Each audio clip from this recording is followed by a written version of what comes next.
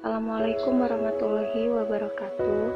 Saya Trismawati, mahasiswi Perbankan Syariah Universitas Juanda Bogor, akan memaparkan kedudukan pajak dalam perspektif Islam. Mengutip dari Mimi Mustari, pajak menurut syariah berasal dari kata doribah yang berarti mewajibkan, menetapkan, menentukan, memikul, menerangkan, dan membebankan.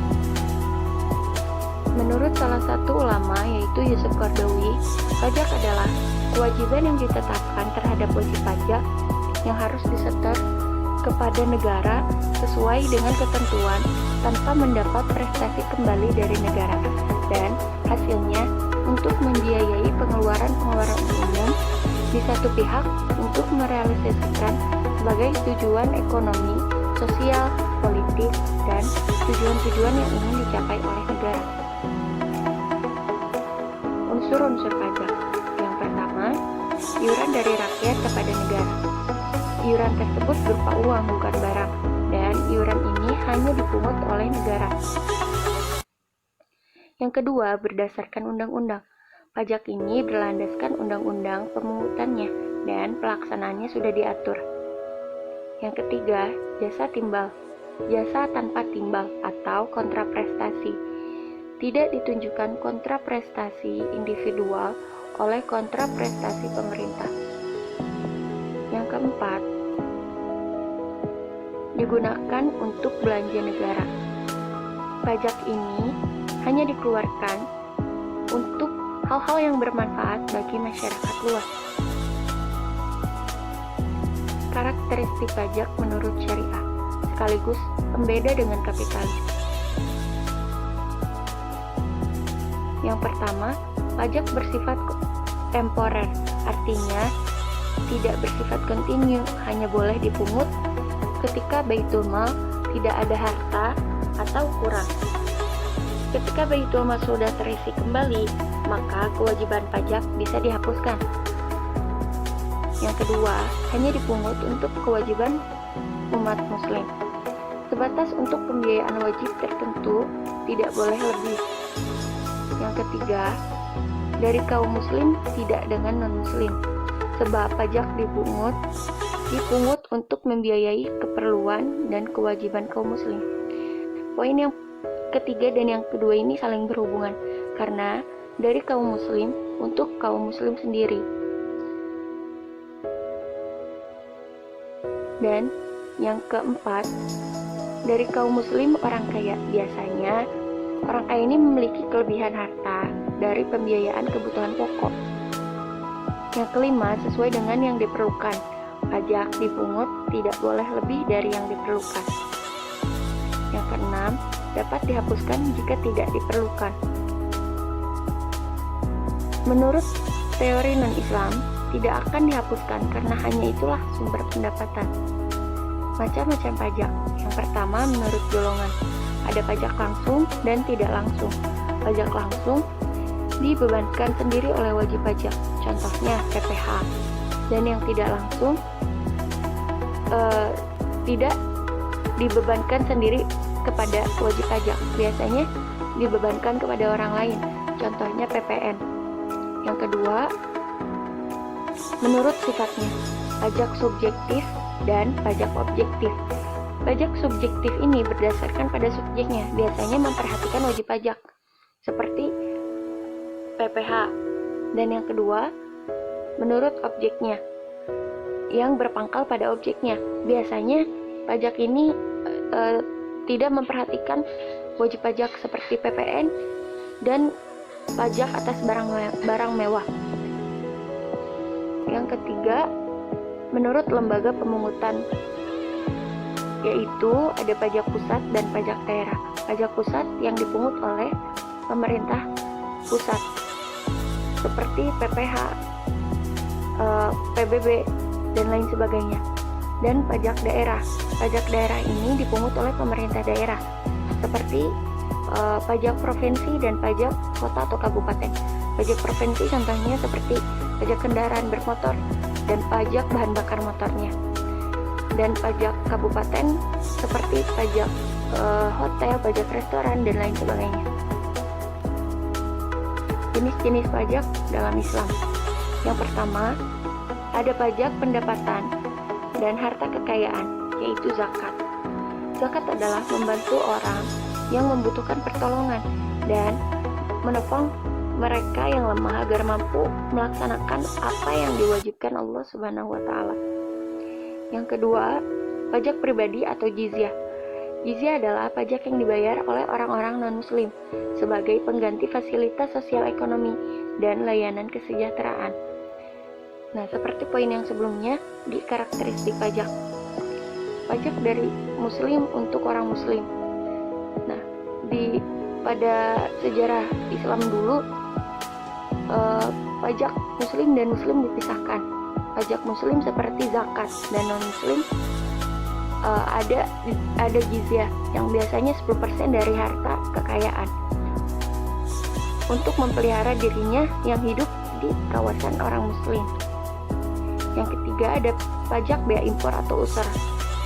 Pajak ini adalah dikenakan pada semua pedagang, dibayar hanya sekali dalam setahun dan hanya berlaku terhadap barang yang nilainya lebih dari 200 dirham. Lalu pajak tanah atau kharaj ditentukan berdasarkan tingkat produktivitas dari tanah, bukan zoning. Jadi seperti seberapa produktif tanah tersebut. Jika produktif, pajak tersebut dipungut berdasarkan keproduktifan tanahnya, bukan berapa luas tanahnya. Tuh. Yang kelima, pajak harta rampasan perang atau ghanimah dan fain. Karena dulu masih zamannya perang, pajak tersebut diambil dari harta rampasan perang. Jenisnya barang bergerak yang bisa dipindahkan. Harta ini diperoleh dalam peperangan melawan musuh. Lalu kedudukan pajak dalam Islam. Kedudukan pajak dalam Islam, di sini ada yang menyatakan boleh dan ada yang menyatakan tidak boleh. Yang menyatakan boleh, menurut Hasan al-Banna dalam kitabnya Majmu'atur Rasail, menyatakan bahwa melihat tujuan keadilan sosial dan distribusi pendapatan yang rata, maka sistem pajak progresif tampaknya seirama dengan sasaran Islam. Dan yang tidak menyetujui seperti Hasan Turabi yang menyatakan pemerintah yang ada di dunia muslim dalam sejarah yang lama pada umumnya tidak sah karena para fuqaha khawatir tidak diperbolehkan menarik pajak akan disalahgunakan dan menjadi suatu alasan penindasan. Jadi ada dua yang menyatakan boleh dan ada yang menyatakan tidak boleh. Nah, Rasulullah pernah menerangkan kepada para sahabatnya bahwa akan datang di akhir zaman para pemimpin yang zalim. Kemudian beliau ditanya tentang sikap kaum muslimin, bolehkah melawan atau memberontak? Lalu Rasulullah menjawab, tidak boleh, selagi mereka mengerjakan sholat.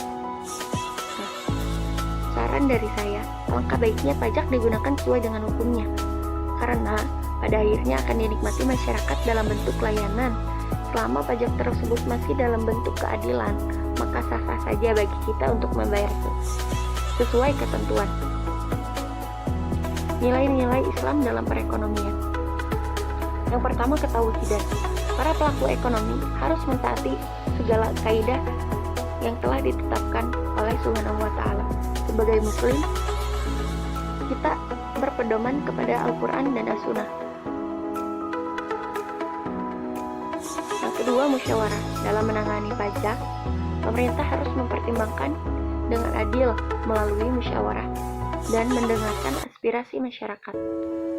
Yang ketiga, keadilan. Keadilan merupakan syarat mutlak untuk tercapainya kesejahteraan masyarakat.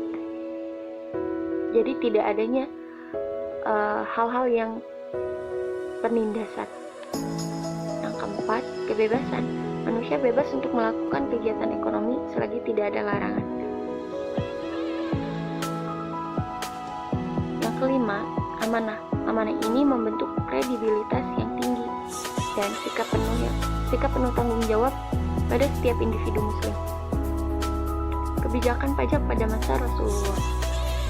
Di bawah kepemimpinan Rasulullah, kota Madinah berkembang cepat dan dalam waktu 10 tahun telah menjadi negara yang sangat besar dibandingkan wilayah-wilayah lain di Jazirah Arab.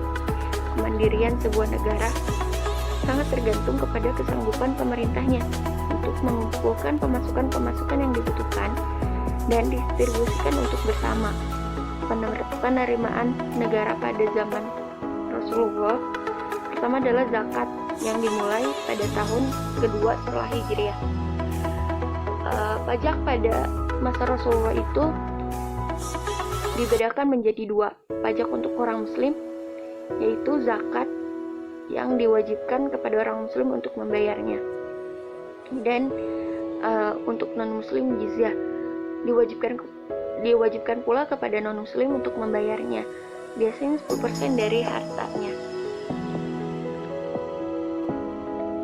Pajak di zaman Khulafaur Rasyidin. Dari salah satu Khulafaur Rasyidin, yaitu Khalifah Abu Bakar As-Siddiq. Selama sekitar 27 bulan kepemimpinannya, Abu Bakar telah banyak menangani masalah murtad, cukai, dan masalah orang yang menolak membayar zakat kepada negara.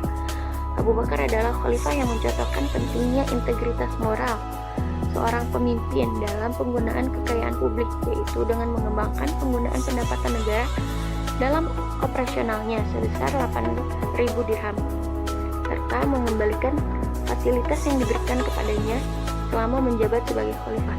Jadi Khulafaur Rasyidin ini sangat amanah, karena zakat yang dipungut dari masyarakat akan dinikmati lagi oleh masyarakat, dan selama kepemimpinannya, ketika beliau sudah tidak menjabat lagi, beliau mengembalikan fasilitas yang diberikan lalu dari saat menjabat sebagai khalifah. Kesimpulannya, pajak adalah kewajiban yang ditetapkan terhadap wajib pajak yang harus disetor kepada negara sesuai dengan ketentuan. Dan kedudukan pajak dalam Islam adalah ada yang menyetujui dan ada yang tidak menyetujui. Pajak dapat dilihat sesuai dengan apa yang dipergunakannya. Jadi pajak sebaiknya dilakukan dengan adil. Terima kasih, hanya itu yang dapat saya sampaikan. Kurang lebihnya mohon maaf. Masih banyak kekurangan yang didapatkan, seperti banyak yang typo, keterbatasan penyampaian dan lain sebagainya. Terima kasih. Wassalamualaikum warahmatullahi wabarakatuh.